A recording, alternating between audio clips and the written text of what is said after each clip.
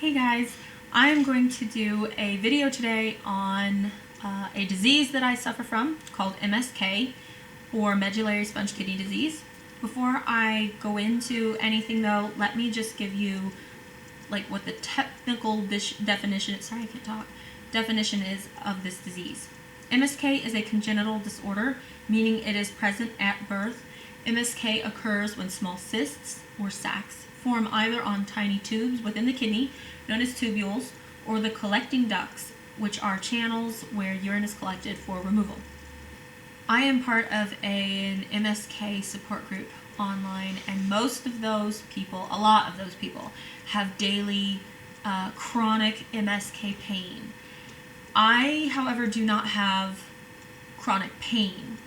I do suffer from chronic fatigue, exhaustion.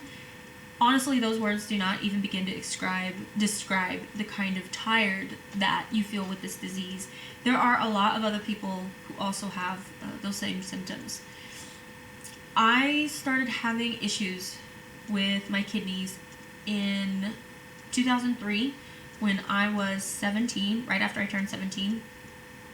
That was my senior year of high school, and that year alone I had 22 lithotripsies, which are laser, I told you guys I can't talk, I'm sorry, laser procedures that break up the stone, and then it's your job to pee the stones out.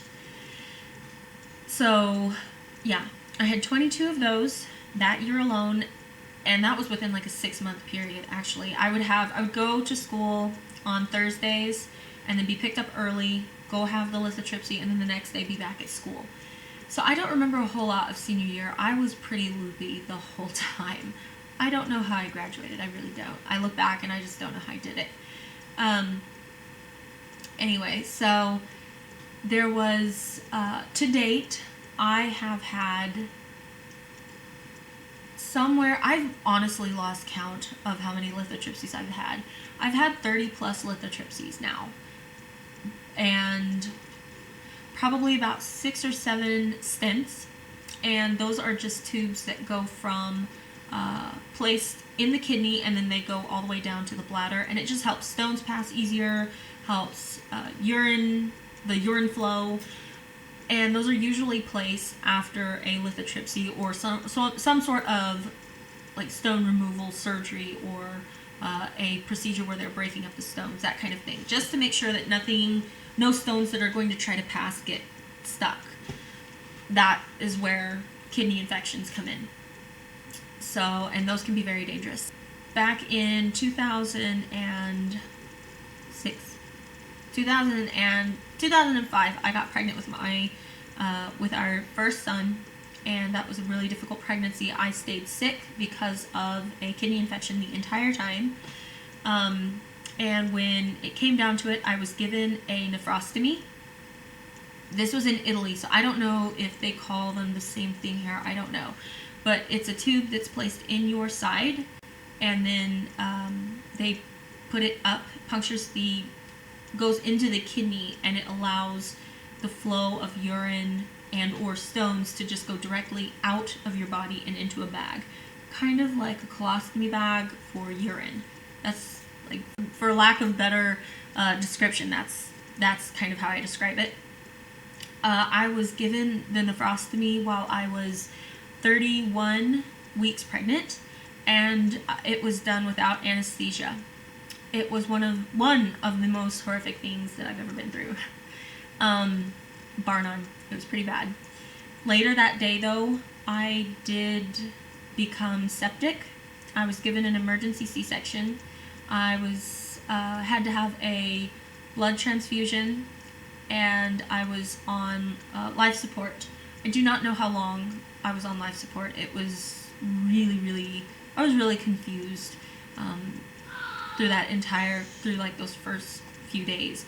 I was in the ICU for about 4 days before I was transferred back into the maternity ward. So that's pretty much the worst thing that's ever happened as far as kidney infections and repercussions of a kidney stone goes. The last issue I had with MSK was in February of this year, 2 months ago. I was called, they found out that I had several stones.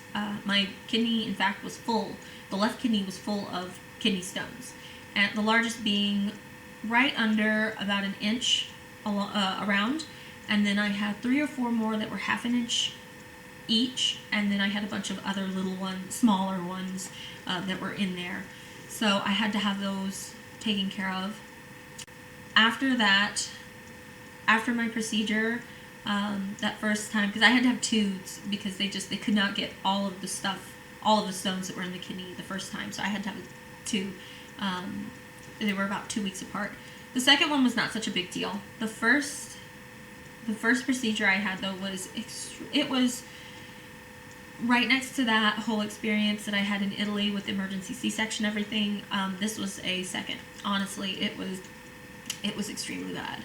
I had to urinate out, I don't know, it was hundreds. I've got the pictures to prove it. Hundreds of pieces of those stones, and that is where having all of those move through your body is excruciatingly painful. Okay, so TMI for you. I thought, I don't know if you want to see these. I'm going to show them to you anyway, though. These are some of the kidney stones. This one is the largest. I'm not going to show you the other ones because they're smaller.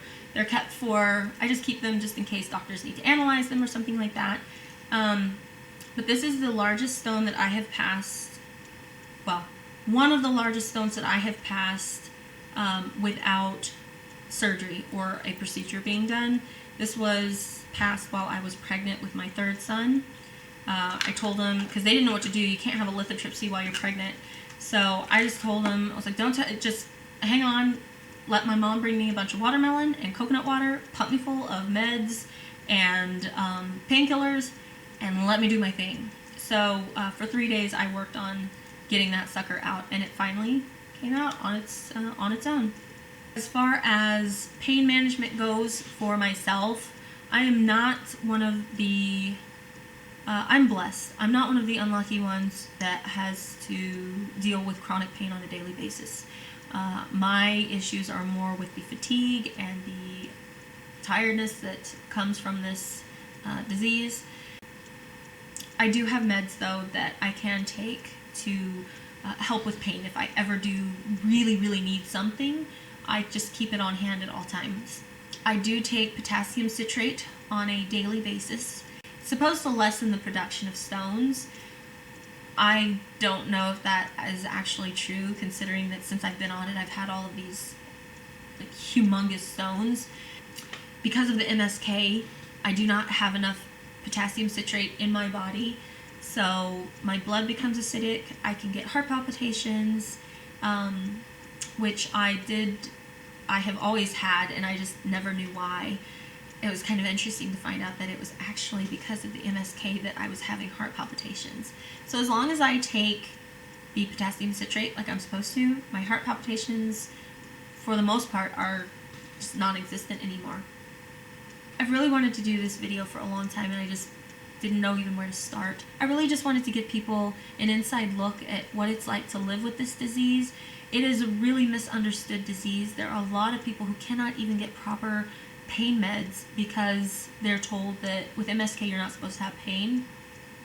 I may not have chronic pain, but I can promise you that when dealing with this disease, even when my kidney is empty and has no stones, I still get pains. I had pain today. Not enough to take anything, but the point is that it's not made up, it's not in our heads, and it can be really difficult to try to explain yourselves to family members and friends who just don't get it. They don't understand why you're tired all the time. They don't know, why you're not like you used to be, or why you can't do everything that they expect you to do. And it's not because you don't want to. It's because you're so tired. I say that this disease is my kryptonite, and I don't like it. I try my very best not to let it stop me. I've got 3 kids, and they're young, and I want to enjoy them, and so I try my very best to drag myself out of bed even whenever I don't want to, even on days where I just don't feel like it's possible. I try my very best to just kind of move on, you know, with as best as I can for their sake as much as for mine. So I hope that this was informative, and I am kind of thinking about doing more videos on this anytime I get sick, or anytime I'm, you know, I have a stone or anything like that, just kind of updating as things go. I really hope that I do not have a stone for a very long time, but it has been kind of in the back of my mind to kind of keep going with these videos. So let me know what you think. Comment, subscribe, let me know, and I really, really appreciate your time. Thank you for watching, and I will see y'all next time.